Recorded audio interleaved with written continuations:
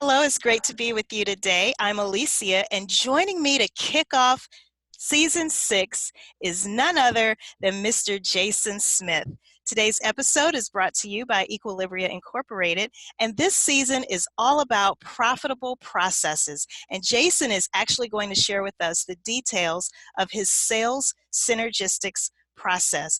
What better way to start off than to talk about processes that help us make more money in our businesses? Jason, welcome to the show. How are you? I'm fantastic. Thank you so much. If I was doing any better, I think I'd have to take something for it. And this is going to be a fun interview for everybody that's listening. Now, Jason, you're based in Atlanta here with me, but you're currently in Idaho doing some sales training, right? Right, I'm here training Hewlett Packard. Oh, One of wow. the companies that I work with is Aslan Training and Development, also based out of Atlanta, and they managed to score a contract with, and I was selected based on my deep experience in software sales to work with them. Now, what I love about Jason is that not only is he an advocate for sales and marketing and business development, but he's also equally as much of an advocate for operations. And you've had a very interesting career. You were an Air Force officer, at one point a manufacturing process engineer at GE, which is known for its Lean and Six Sigma programs. You then transitioned into business development. Now you're in sales. Tell us more about what you're doing at your company, Seagree. Right.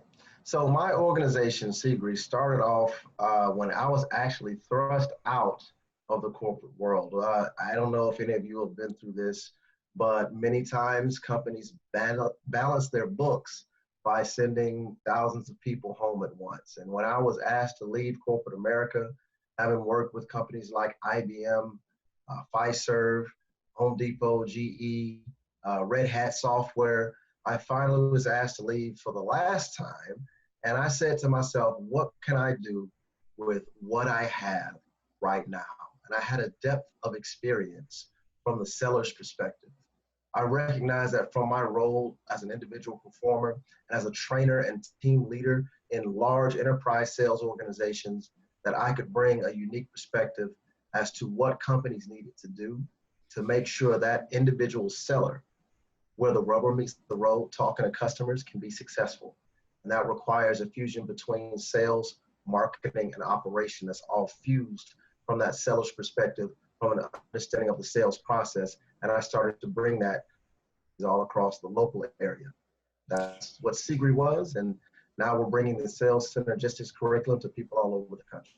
So this sales synergistics process, this is your kind of not proprietary process, but this is a process that you've created as a result of your years of experience. And can you walk us through what that process actually is so that we can maybe figure Correct. out how we can apply it to our businesses? Yes, sales synergistics is a top-down process that's led by senior level leadership.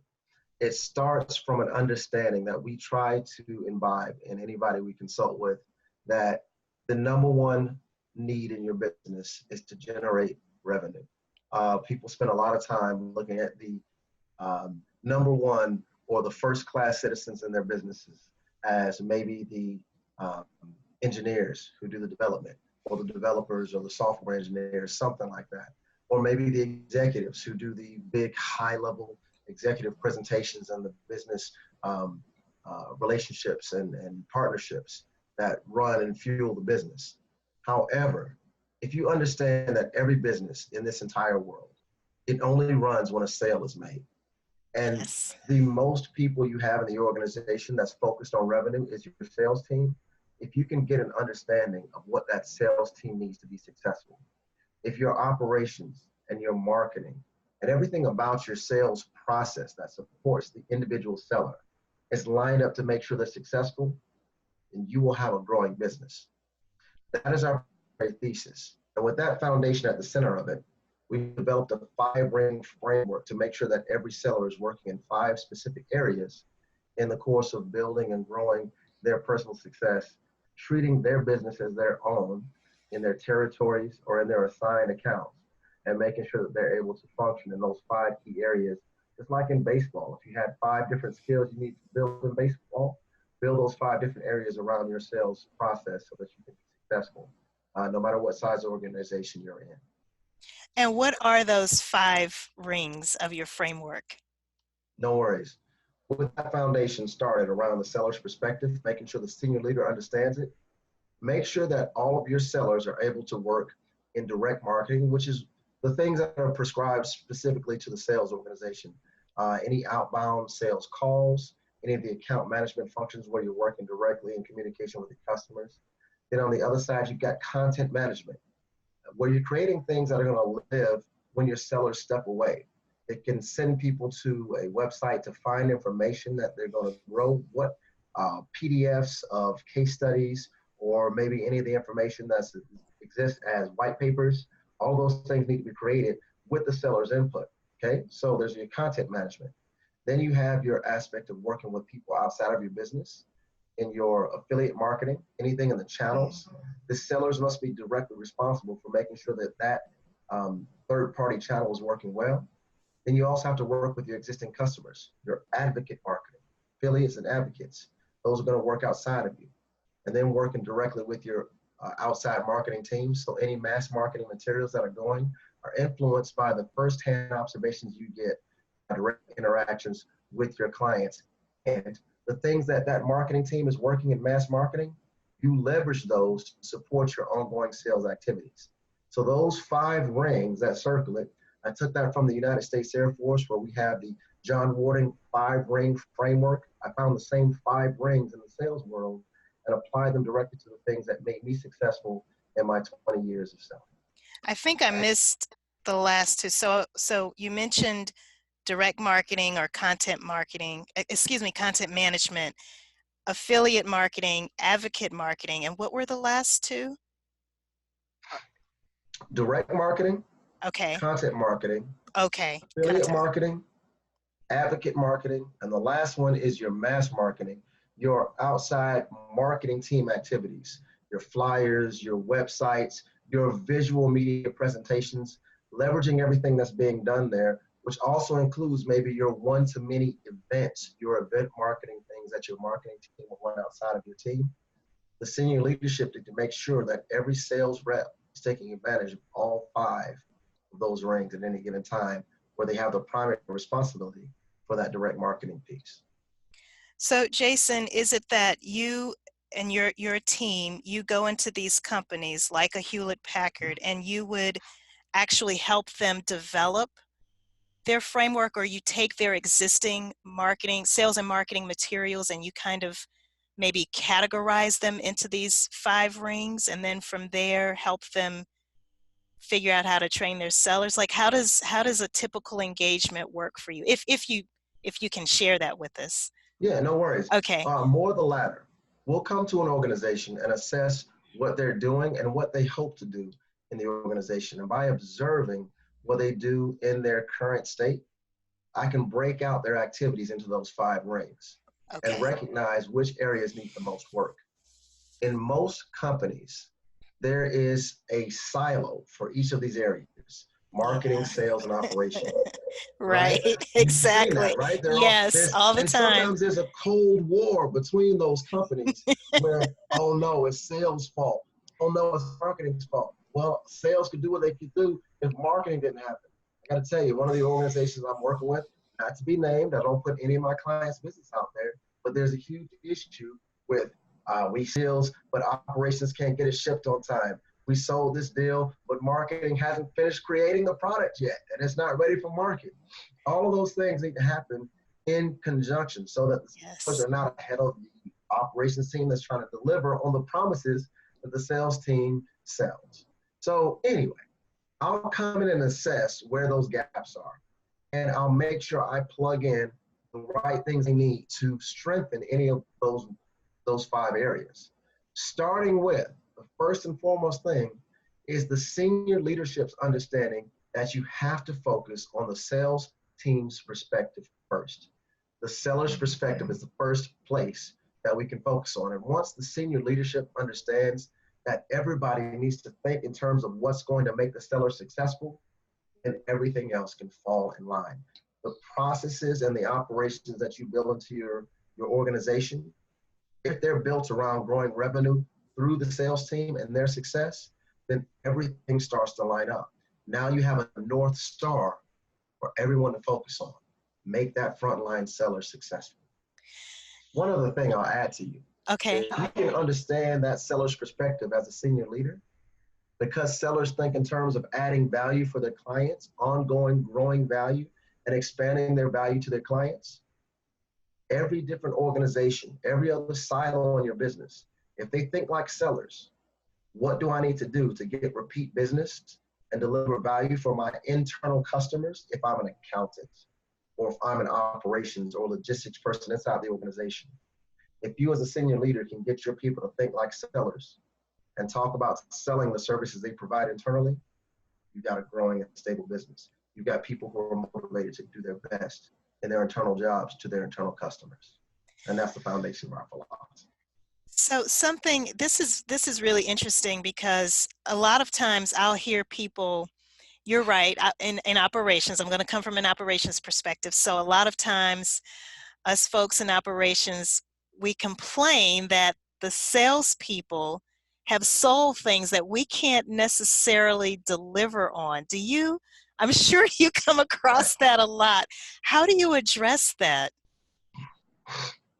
But I thought that came from hubris on the operations team's part. Coming from a sales background myself, I started off in operations, and in that world of operations as a process engineer at General Electric, I didn't interact with the sales team at all. I had no interaction with them whatsoever. I was trying to make sure my widgets got out Exactly. for more productivity in less time, Right. right? Right. But once I got into the sales world and I understood the operations background, I realized that the operations people aren't proud of what they do. They're not, these salespeople are just crap. They just don't know. They Right. have no knowledge whatsoever of what sales does. So a lot of that gap comes from ignorance of what goes on the other side. And what's odd is that salespeople, I'll admit, as a sales guy, spend more time in sales than operations. We do vibrate at a different frequency. We really do. We just do. Salespeople are different. And I think what that comes from is our constant interaction with the customer. We are where the rubber meets the road. And what's interesting is I've got the perspective of being a military officer. Our relationship to the corporate organization is not that much different than the military's relationship with America. Can you see that? Mm. Can you see that? Now, can you please guide me and help me explain that analogy? There's a lot that happens when you're interacting with customers that cannot be described except in that moment. The emotions of the customer, what makes them tick. A lot of times it's difficult to translate that back to someone who wasn't in that interaction. And the more you have those interactions without the practice of translating them back to marketing, translating them back to operations, back to senior leadership, the more you do those in isolation, the less you're able to do it effectively and the less you try. Mm. And so you start to build up your own walls, isolation. They don't get it. They just Yeah. don't understand. They can't even begin to understand what we go through talking to the customers. Similarly, marketing is over in their own corner, gathering information from every piece of marketing intelligence and business analytics they can, and looking at all the details. And there's no way they can explain to everybody what made this marketing campaign and this piece of collateral that's going on the website or in their flyers, what made it look like it does without all the hours and hours they spent building it. And the more they build it in isolation, the less they try to convey it to operations or to sales. Right. They won't get it. They won't understand. You see how these Yes. silos start to build up? Yes. Yes. And then they'll throw things over the wall and say, hey, I've spent many, many hours building the sales campaign and I got these leads. They must be good because I trust them. And we'll throw them over the fence to sales. And sales will get them and look at them and say, this doesn't make sense. I've been out in the field talking to real people all these years, and I believe in my opinion of what's in my head. I think it's crap. And they'll throw it back, and it lands in operations' hands. And operations says, hey, marketing. Sales says you're giving them crap leads. I don't understand. How can you make sense of it? The one way to make sense of it is when the senior leader takes the seller's perspective and make sure that everyone else in the organization can see it. Now, why put the seller's perspective on the pedestal? The seller's perspective is the closest to the client.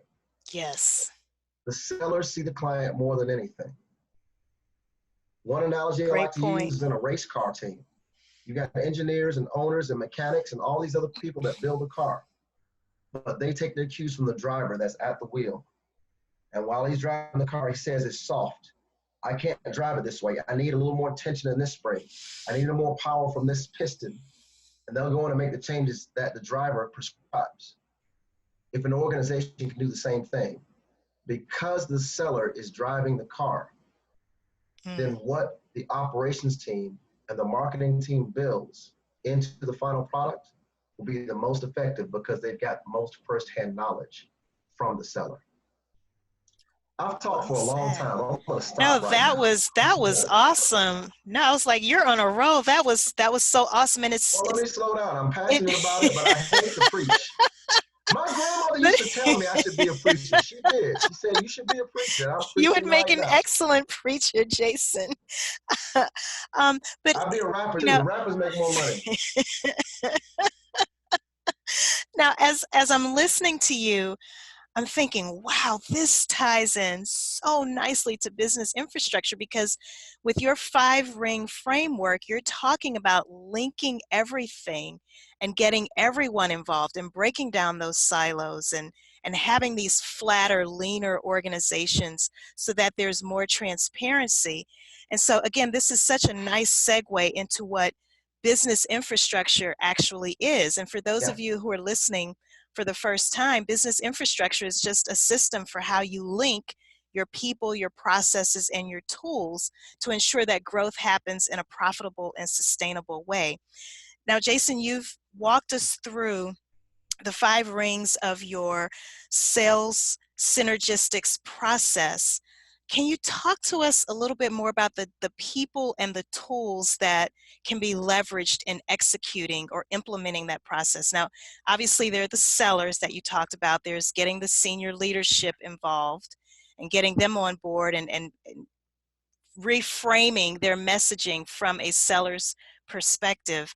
But who are some of the other people that you would say should get involved as we try to implement a process similar in our respective companies?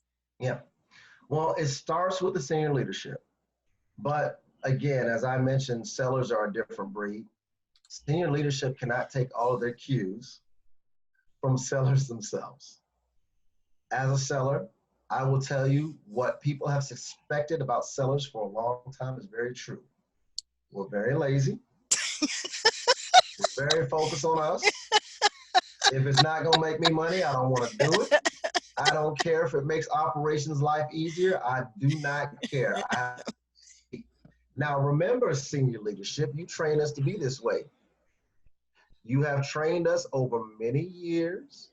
You whipped us into shape with compensation plans and senior leadership who came from an old Glenn Gary, Glenn Ross, boiler room kind of world to make us these dogged, very selfish, tenacious, other-centered people that we really want to work on making money for ourselves first and foremost, winning and closing deals. And sometimes the long-term relationship is left to an operations role of customer service and things like that. It's up to you to help to bridge that gap. I digress. Besides the sellers and getting information from them on what the sellers should do, there's a role, a growing practice in the business world that I think most companies should leverage. Whether you have a team for it or not, a small business of 10 people should start to learn the practices of sales operations. There are a lot of Hmm. good organizations out there that focus on sales operations. Okay. SBI, we had a sponsor for my military veterans entrepreneur group called Bunker Labs that I lead, that was sponsored by one of the senior leaders from SBI. SBI has focused for many years on studying which techniques and which practices on a sales team actually work. It's where you take people with accounting backgrounds, great at crunching numbers, and they study and measure everything about the sales team. How Mm-hmm. many calls, which calls, when and where and how. Using software like gong.io, which studies which words people use. gong.io, Okay. gong.io studies the words that the sellers are using. And someone on the sales team can study the effectiveness by the numbers of which words, which techniques, which practices are actually working effectively, and feed that information back to operations, feed that information back to the sales leadership team, and help to prescribe to the team what they should be doing. Now, because sellers are sellers, you cannot mandate these things and just proclaim that to them. Sellers need to be coached. Mm. Think of sellers like prima donna wide receivers. Everybody get that? Wide receivers are kind of prima donnas. TO takes a really good coach to get into the hearts and the minds of the seller and coach them on what needs to work with an understanding of what works based on sales operations. The analytics, the deep analytics of every little thing that works, and aligning the coaching, the ongoing personal coaching from the managers to actually make the sellers more effective. If you want your sellers to be better, focus on the managers and empower the managers with data. That requires people. So get Mm-hmm. yourself a sales ops team. Empower them with passively monitor what works. Gong.io, a really good CRM system, right? I love Salesforce.com because it's so robust. There's other sales CRM systems that work just fine. But on top of that, you got things like um, SalesLoft that provides all kinds of other contextual evidence as to what works in an organization for marketing and sales automation. Using all of those things to gather data and empower those managers to do the things that work best. And also, I'm a partner with aslantraininganddevelopment.com. Aslan Training and Development will allow you to get a mindset for every manager to learn how to coach individuals around those key fundamental one-to-one competencies success with each client. Work on those things for those people and processes and tools, and that will help you start to align. Once you get that understanding of what's working, now you can take that and craft that model of success for what operations and marketing need to do to support what sales is doing. So everybody got that? Those three different pillars working together? Yes. Senior leadership as the hub. Yes. So yes, senior leadership is the hub. And again, I'm listening to you and I'm thinking, I'm totally operations. I obviously understand the importance of sales and business development, but how would I go about finding someone like yourself, a sales coach? Because I'm listening to you and I'm thinking to myself, this just isn't my natural skill set. So how can I find someone who can come in and help me with my sales team? Or maybe even help me recruit the best salespeople for my company. Oh, well, I tell you, recruiting the best salespeople is a whole genre worth of conversation in and of itself. Yeah. But in terms of finding the right third party consultant to come in and help you, I congratulate you all for listening to this. You just found the right one. It's called me, right? Shameless plug. Shameless plug. Because why, right? Because why not? I really feel like the unique perspectives we have from the seller's perspective is the best and the most applicable to what you're trying to do. More importantly, I'm backed by the 23-year experience of Aslan Training and Development. Aslan Training at aslantraining.com, it gives a framework of how sellers think about approaching the job. And more than not, most people who want to change their organization, they they try to focus on the sellers themselves. Well, Aslan got smart. They realized that the faster and least expensive way to affect the outcomes and the performance of the sales team is not to focus on the sellers, focus on the sales managers. So Mm-hmm. if you wanted to begin, start by finding a way to collect data about what's working on the sales team and start to drive the performance of your sales managers as coaches. Find an organization that is focused on coaching the mentality, the thought process, the philosophy of your sellers around the core competencies, the things, the skills that they need to do on every interaction. You can start with that and monitor what's working as they grow in that process. You'll begin to move towards a synergistics thought process that puts the seller first. Once you have that understanding, now build everything in your organization from operations to marketing to legal uh, to finance, all the things that you need to support that seller around making it easier for them to do those things to get better in those core competencies. A lot of times sellers are heartbroken when they sell a huge deal and operations can't deliver. Right. You told me it'd be ready by this date, but it didn't. Right. And they lose heart. And that's hard to rebuild that. So build around supporting them. Work with training your sales managers. Study their growth. Understand deeply the emotional drivers of your sellers and your managers and how they're thinking. And now build your whole organization of support. That's the easiest first step. Wow, that was great. Well, let's take a quick moment to hear a word from our sponsor. When we come back, I want to know if there's any other parting words of advice that you can offer. Equilibria Inc. is an operations management consulting firm offering products and services to help fast-growing small businesses scale with less pain. Visit eqbsystems.com for more information. And we're back with Jason Smith. Jason, you were doing a fantastic job of describing your sales synergistics process with us, gave us some great resources that we can look into implementing in our companies, starting with the CRM Salesforce. But Salesforce is enterprise level, so I'm not sure if a lot of our listeners would start off with Salesforce, but maybe something more at a a smaller level. You also mentioned Sales Loft, Aslan Training, Gong.io. That's definitely something that I'm going to check out. Do you have any other advice for those who are listening right now and are just trying to figure out, how do I even get started with improving my sales process? Yeah, as a senior leader, your associations matter. So I advise you because people at the very top, they're eagles, and eagles don't really flock. They kind of fly solo. So find associations, professional associations that you can network with and learn some of these things. Attend lectures where people are talking about sales transformation. Google things like sales transformation to help you out to find knowledge, and also study and Google sales operations. I would look up organizations like SBI.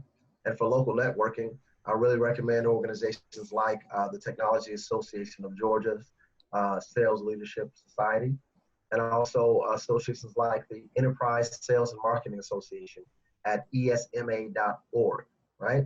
esma.org is some regular weekly, monthly meeting in which everybody gets together from the sales and marketing world and shares best practices with some great speakers and topics like what we're talking about today. Is that a national organization or international? Do you know?